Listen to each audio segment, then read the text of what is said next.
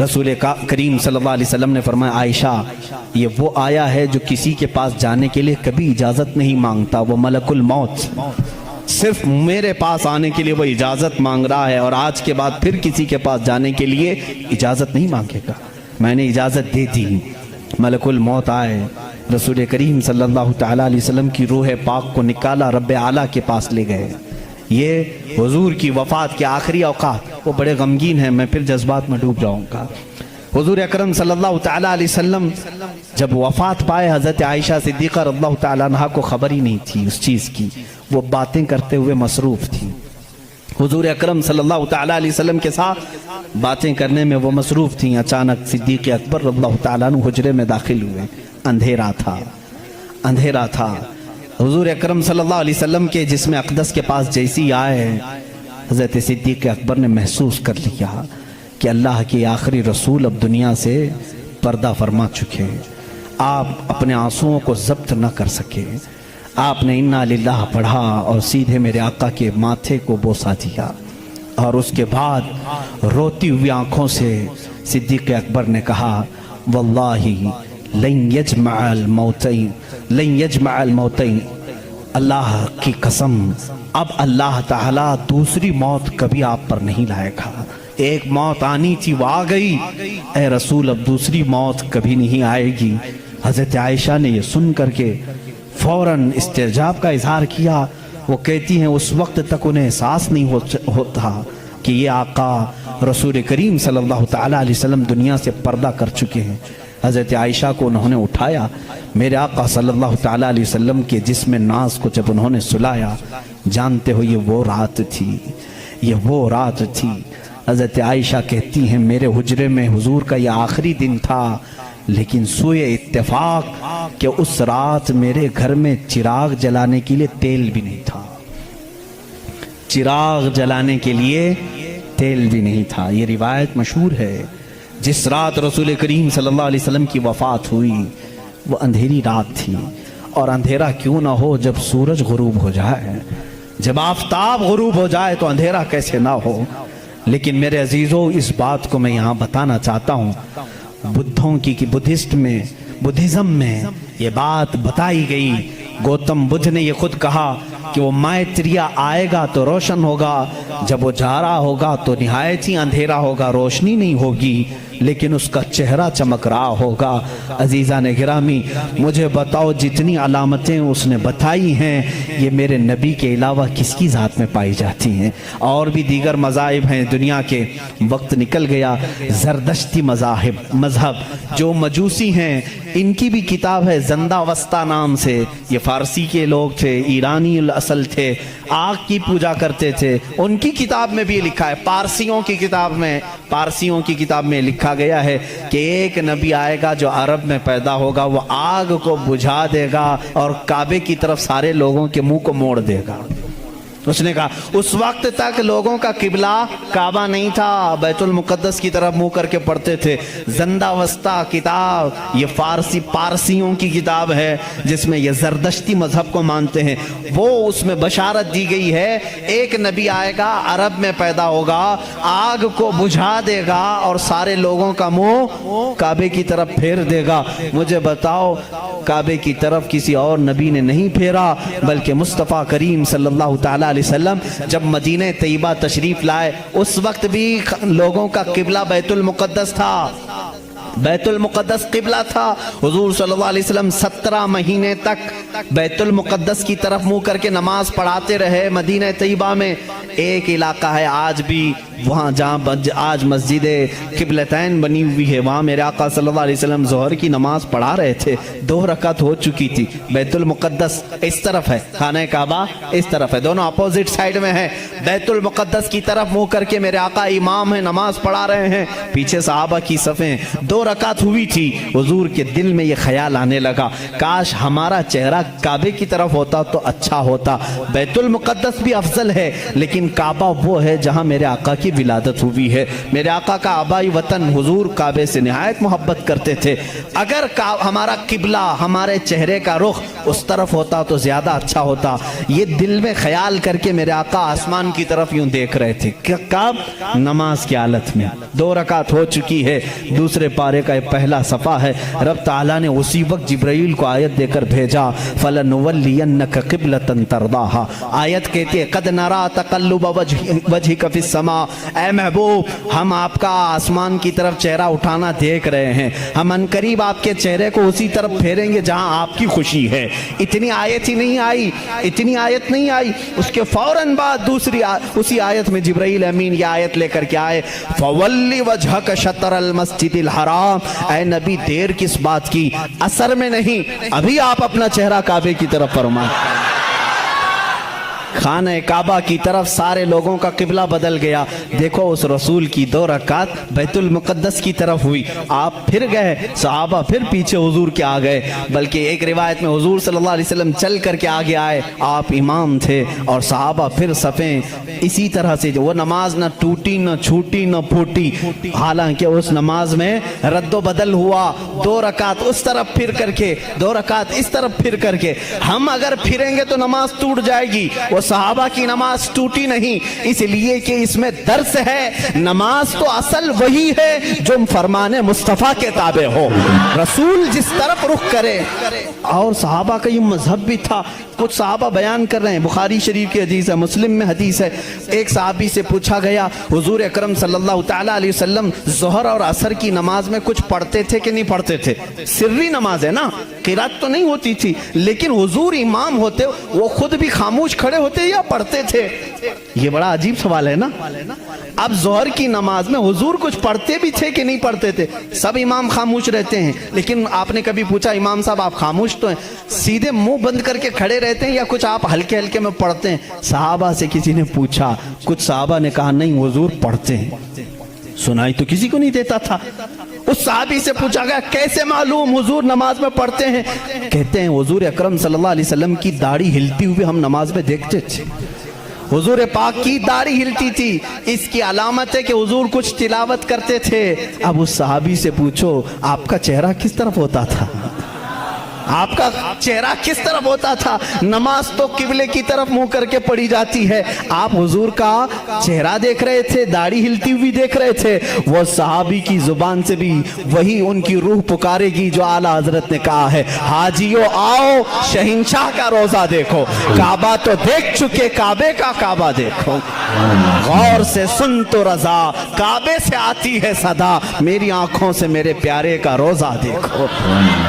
کعبے کا وہ کعبہ ہے، صحابہ اکرام دیکھتے تھے۔ تو میں یہاں پر بات یہ کر رہا تھا، زرتشتی مذہب میں، پارسیوں کے مذہب میں جو کتاب ان کی مقدس ہے جس کو زندہ وسطہ کہتے ہیں، اس میں یہ بشارت انہوں نے دی ہے، ایک نبی آئے گا، ایک شخص آئے گا، عرب میں پیدا ہوگا، آگ کو بجھا دے گا اور سارے لوگوں کا منہ پھیر کر کے کہاں کرے گا؟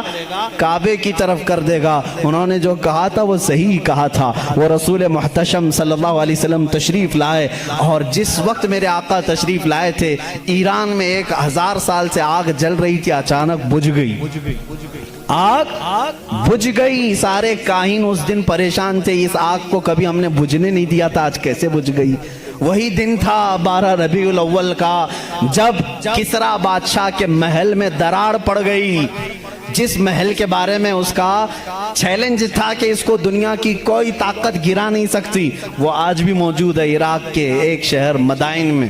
لوگ کہتے ہیں کسریٰ کا محل، ہم دیکھنے کے لیے بھی گئے کئی مرتبہ، اس میں بیچ میں سے ایک دیوار ایسی ٹوٹی ہے کہ اندر سے آدمی جا آ سکتا، اتنی بڑی دراڑ ہے۔ بادشاہ اس محل میں بیٹھتا تھا، وہ ٹوٹی کیسے، پھٹی کیسے؟ اس نے بھی بلایا سارے نجومیوں کو، یہ کیا ہو گیا؟ اچانک کسی نے ہتھوڑا بھی نہیں مارا لیکن یہ ٹوٹ گئی۔ ایران میں ان سارے لوگوں نے بلایا، آگ 1000 سال سے نہیں بجھی تھی، آج کیسے بجھی؟ کسی نے پانی بھی نہیں ڈالا۔ دونوں جگہ جو نجومی جمع ہوئے تھے سبوں نے ایک ہی جواب دیا، ایرانیوں کو، پارسیوں کو یہ کہا آگ کوئی پانی ڈال کر کے نہیں بجھایا، کوئی تو ایسا پیدا ہوا ہے جو اب آگ کے لیے خطرہ ہوگا،